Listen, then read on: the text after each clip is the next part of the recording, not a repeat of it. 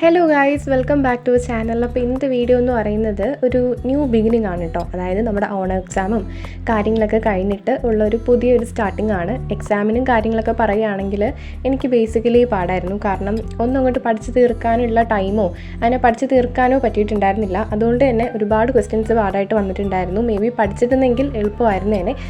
അപ്പോൾ ഞാനിപ്പോൾ പുതിയതായിട്ട് സ്റ്റാർട്ട് ചെയ്യാൻ പോവുകയാണ്. വെക്കേഷൻ ആയിരുന്നാലും നമ്മൾ കുറച്ചൊക്കെ പഠിച്ചു കഴിഞ്ഞാൽ നമുക്ക് പിന്നീട് നല്ല യൂസ്ഫുൾ ആവുമെന്നാണ് എനിക്ക് തോന്നുന്നത്.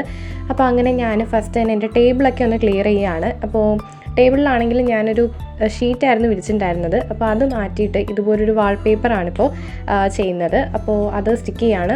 കുറച്ച് ക്ഷമയും കാര്യങ്ങളൊക്കെ വേണം കേട്ടോ ഇത് സ്റ്റിക്ക് ചെയ്യാനായിട്ട്, അല്ലെങ്കിൽ എയർ ബബിൾസ് ഒക്കെ വന്നിട്ട് ഫുള്ള് കുളമാവും. അപ്പോൾ അതുകൊണ്ടാണ് ഈ ഒരു വാൾപേപ്പർ തന്നെ ചൂസ് ചെയ്തത്. ഇതിന് ഒരുപാട് കളേഴ്സ് അവൈലബിൾ ആണ്. ഞാനിപ്പോൾ വൈറ്റാണ് എടുത്തിട്ടുള്ളത്. ഇത്ര നാൾ ലാസ്റ്റ് ചെയ്യുമെന്ന് അറിയില്ല, എന്തായാലും നോക്കാം. അപ്പോൾ പിന്നെ നമ്മൾ എല്ലാം ഓർഗനൈസ് ചെയ്തു. നമ്മൾ പഠിക്കുന്ന സ്ഥലം നല്ല ഓർഗനൈസ്ഡ് ആയിട്ടിരുന്ന് കഴിഞ്ഞാൽ നമുക്ക് അവിടെ ഇരുന്ന് പഠിക്കാനും അതുപോലെ ഒരു മോട്ടിവേഷനും കാര്യങ്ങളൊക്കെ വരും. പിന്നെ ഇതെന്ന് പറയുന്നത് എൻ്റെ ഓണം എക്സാമിൻ്റെ ക്വസ്റ്റ്യൻ പേപ്പറാണ്. ടീച്ചർ എന്നെ പ്രിപ്പയർ ചെയ്തിട്ടുണ്ടായിരുന്നായിരുന്നു. അതുകൊണ്ട് തന്നെ ഇനി അടുത്ത എക്സാമിന് നോക്കാം എന്നുള്ള രീതിയിലാണ് ഞാൻ ഇരിക്കുന്നത്.